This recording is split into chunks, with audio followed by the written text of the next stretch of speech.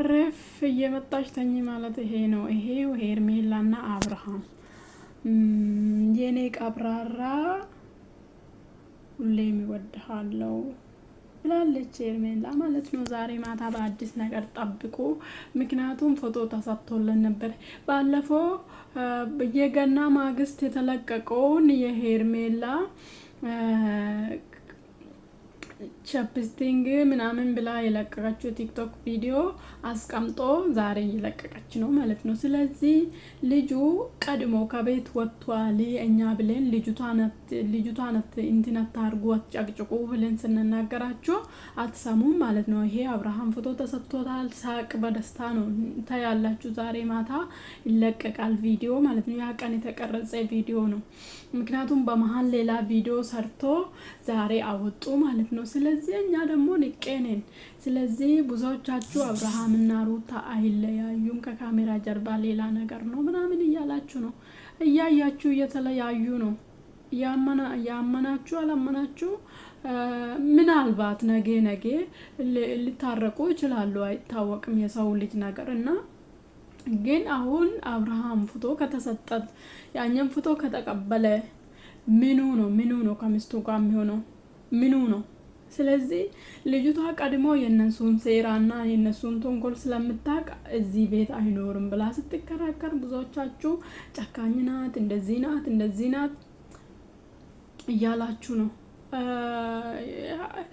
ኑሩ ትዳር መስርቱ። አብርሃምና ሄርሜላ ትዳር መስርቱ። ትዳራቸው የተባረከ ይሁን። ምክንያቱም የዩቲዩብ ማለት ነው። ምክንያቱም ሄርሜላም አያገባም፣ አብርሃም ወደዳችሁም ጠላችሁ ማለት ነው አያገባም።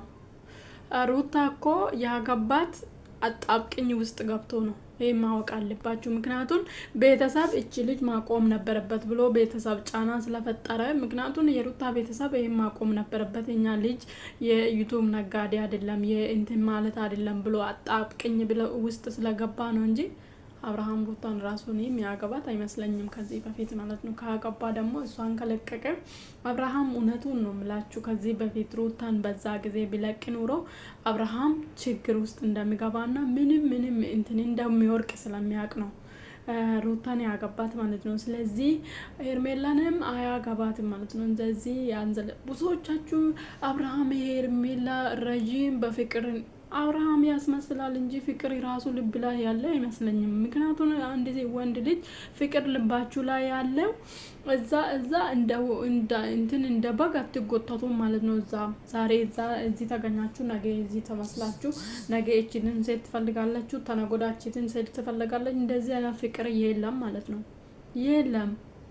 ስለዚህ አብርሃም ፍቅር ልብ ላይ ያለ ራሱ አይመስለኝም፣ ያስመስላል እንጂ ከልብ ንጹህ አፍቃሪ አይመስለኝም እንትን አብርሃም ማለት ነው። ምክንያቱም አንድ ንጹህ አፍቃሪ በእውነት ከዛ ፍቅር ሩታን ራሱ ከልብ የሚያፈቅራት ከልብ የሚወዳት ከሆነ ሄዶ የሷን ሄዶ እንዴት ነው በሌላ ሴት የሚሳመው? ምክንያቱም እሷ የሳመችውን ማንኛውም ሴት ያቀፈችውን ማንኛውም ሴት እቺትስ እንዴት ነው የምትቀበሉ? አይምሮ እንዴት ይላል? ምክንያቱም ሁለት ወር ያልሞላ ልጅ ትቶ ወደ ሌላ ሴት ከሄደ ነገ እሷ ትቶ አለመሄዱ በምን እቺትንም እኮ ሴት ነች ትወልዳለች። ምክንያቱም ሴቶች እስከሆናችሁ ድረስ ትወልዳላችሁ። ይሄ ፈጣሪ እንትን ነው፣ ለኛ የተሰጠ ጸጋ ነው። ነገስ እንዴት እሷን ትቶ አለመሄዱ በምን እርግጠኛ ነች ማለት ነው። ስለዚህ ይሄው ቀድሞ እየወጣ እያያችሁ ትላንትናም ከትላንት ወደ ሩታን ትወቅጣላችሁ። የልጅቷን ስሜት ተረዱ ቢያንስ ማለት ነው። ሴቶች ናችሁ ተረዱ። ሩታ አውጥታ ስለጣለ እሱ ቀድሞ ስለወጣ እሷ ቀድሞ እንደሄደ ስለምታቅ ለቀቀችው። ምንም ያረገችው ነገር የለም። ራሱን ህይወት ይኑር፣ እኔን እዚህ መጥቶ እኔ እንትን ማለት አልፈልግም አለች።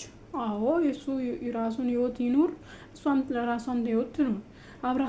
አብርሃም ነገ ተነጎዳ በእውነት ሩታ አይደለም ተጎጂ። አስባችሁታል?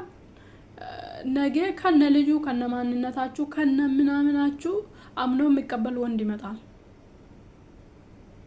ስለዚህ በዛ ሰዓት አብርሃም እንትን ሄዶ ልጁን ሲያገኝ ወይ ደግሞ አለማገኘትም ላይችል ይችላል። በዛ ጊዜ አትገናኝ በቃ ማለት ብሎ ያኛ ሰው ካስቀመጠ ልጁንም አለማገኘት ይችላል።